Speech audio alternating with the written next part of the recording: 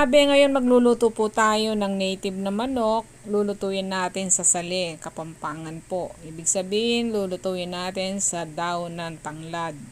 Ayun po, mayroon na po tayong sangkap, luya, sibuyas, tanglad, at saka ang manok natin, bawang. Gisa na natin ito. Konting mantika lang po ang nilagay ko dito kasi lalabas ko sa mantika ng manok para less po yung cholesterol. Nilagyan ko na rin po ng paminta, asin, patis. Gisa-gisa lang po ito. Ayan pong lumabas ang sarili niyang katas. Kapag nagisa-gisa na po at lumabas na ang sariling katas ng manok, pwede na po natin itong tubigan. Tubigan natin ito ng konti muna.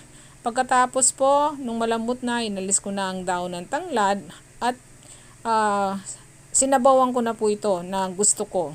Yung tamang sabaw na gusto po ninyo.